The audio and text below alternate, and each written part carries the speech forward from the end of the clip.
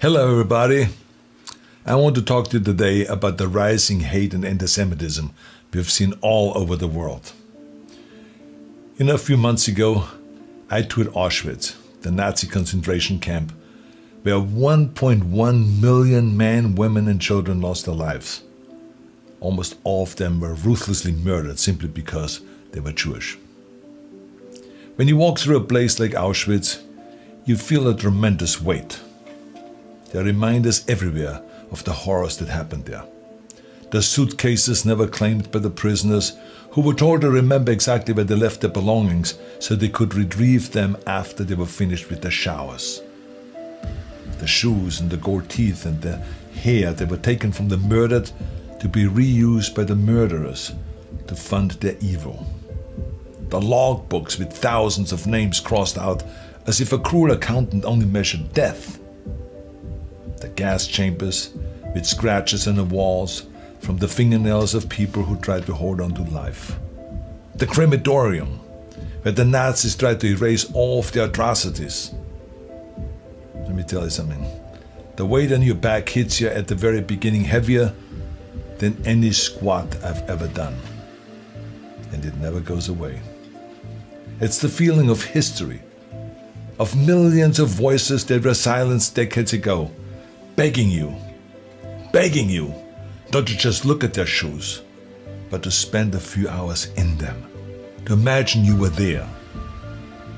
Because once you imagined that you arrived on that train, and you were sorted into those lines, and you smelled the smoke that didn't smell like any wood you've ever burned before, and you never saw your families coming out of those showers, and then you worked your butt off while getting almost nothing to eat, until you looked more like a ghost than a person.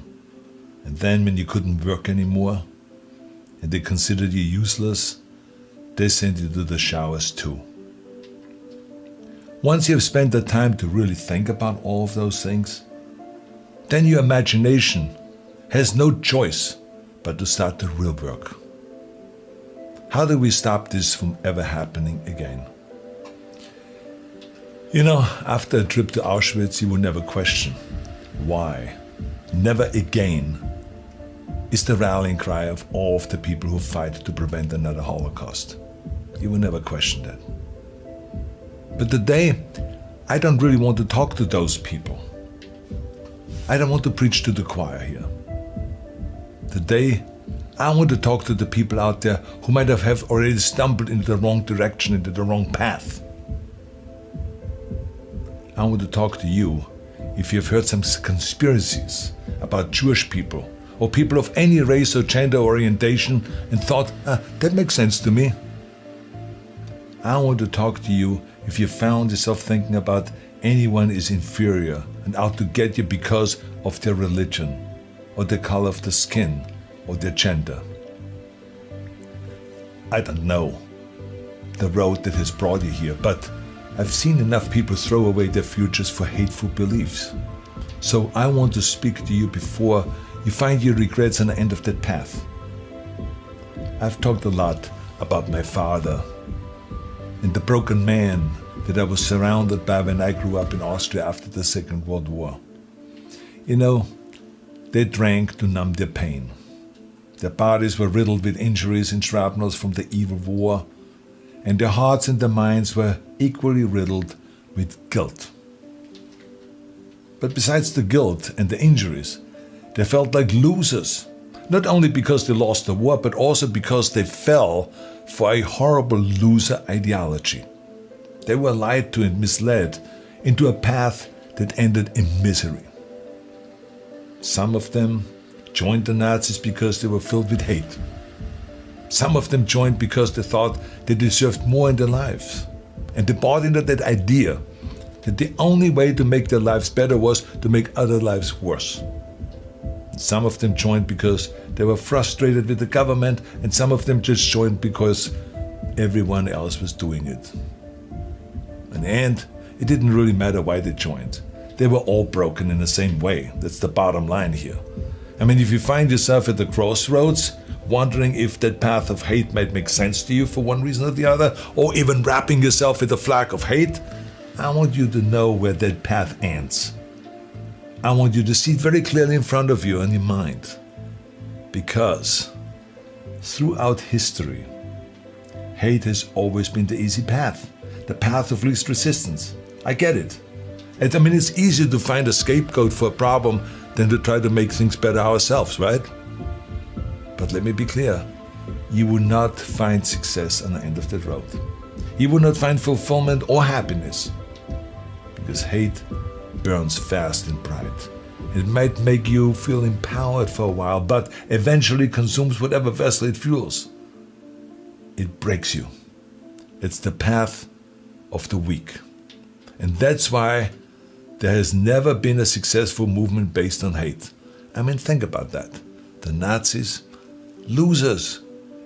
The Confederacy, losers. The apartheid movement, losers. And the list goes on and on. I don't want you to be a loser. I don't want you to be weak.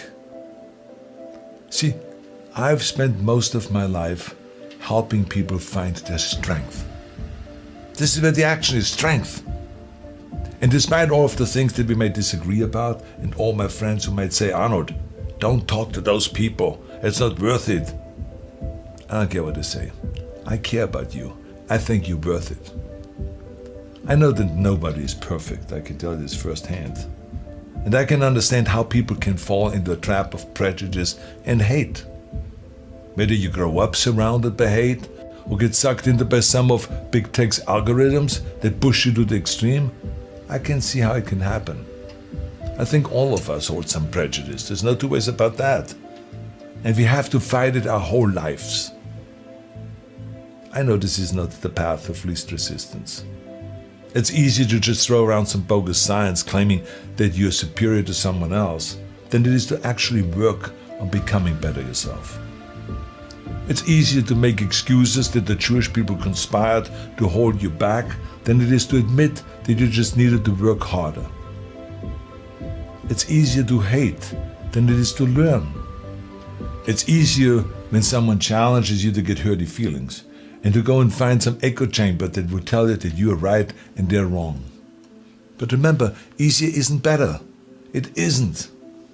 When you spend your life looking for scapegoats, you take away your own responsibility. You remove your own power. You steal your own strength. Nobody who has chosen the easy path of hate has gotten to the end of that road and said, oh, what a life. No. They die as miserably as they lived. No matter how far you've gone, I want you to know that you still have the chance to choose a life of strength. But you have to give up your war against everyone that you hate. Let's give up that war. Whether you hate them because of their color of the skin, or their religion, or their gender, or their sexual orientation, it doesn't matter. Give it up. Give up that war. You know, the war that you have to really fight is the war against yourself. You have to fight the war against yourself. And it is not easy to look in the mirror and to change your own life. It's hard as hell. You have to take responsibility. You have to learn new things. You have to feel uncomfortable. Good, because discomfort is how we grow. That's how we become strong. If you run away from discomfort and resistance your whole life, you will always be weak. Just think about the gym, for instance. Now, that's where I learned most of my lessons, right? The muscles only grows from resistance. You have to struggle. You have to build strength. The more I force my hands against that steel bar, the bigger the biceps get and the stronger they get.